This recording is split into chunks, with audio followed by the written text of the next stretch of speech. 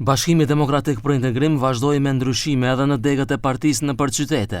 Në mbledhjen e fundit të partisë u emëruan 5 kryetar degësh, por vetëm 2 prej tyre janë emra të ri, ndërsa në 3 degë të tjera u riemëruan të njëjtët kryetar.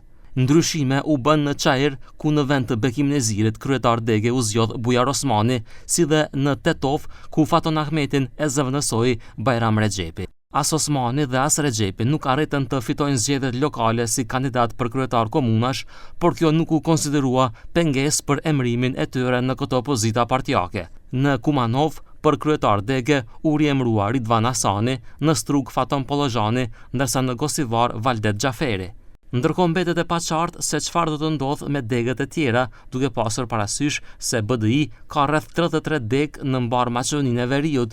Në Kërçov, si kandidat potencial për kryetar dege përmenden 3 emra: Kreshnik Bekteshi, Argjend Hasani dhe Ardita Dani.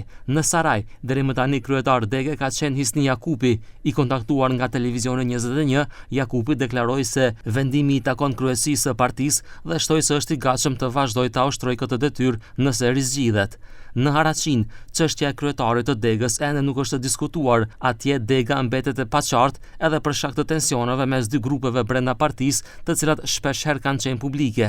Nga BDI bëjnë të ditur se me gjas, në fillim të javës së ardhshme mund të ketë emrime të reja, megjithse nuk përjashtohet mundësia që vendimet të merren pas vitit të ri. Kjo ishte vetëm pakoja e parë e të emëruarve nga ana e kryetarit të Bashkimit Demokratik për Integrim, dhe gjatë ditëve apo javëve në vijim do të emërohen edhe për degët tjera, nuk ka shenja për asnjë.